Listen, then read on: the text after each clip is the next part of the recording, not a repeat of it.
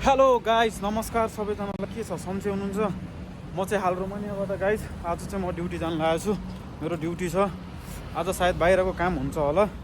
आज खासै होटल चल्दैन, बाहिरको काम हुनसक्छ।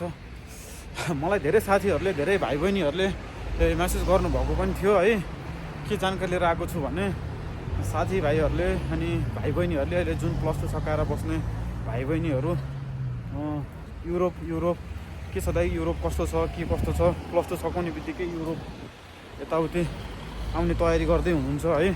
तपाईँहरूले 10 वर्ष मेहनत गरेर 10 वर्ष परिश्रम 10-12 वर्ष परिश्रम गर्नुहुन्छ है, लास्टमा आउने भनेको विदेश नै हो है। मैले प्रायः जसो भिडियोहरूमा रोमानिया यस्तो छ उस्तो छ गाह्रो छ भनिराख्दाखेरि धेरै साथीहरूले मेसेज गर्नुहुन्छ, आफू गयो अनि अरूलाई नआइजै भन्छ, यताउति भन्नुहुन्छ। त्यो तपाईँमा भर पर्ने कुरा हो है। मैले भोगेको, मैले देखेको, मैले जानेको भन्ने हो।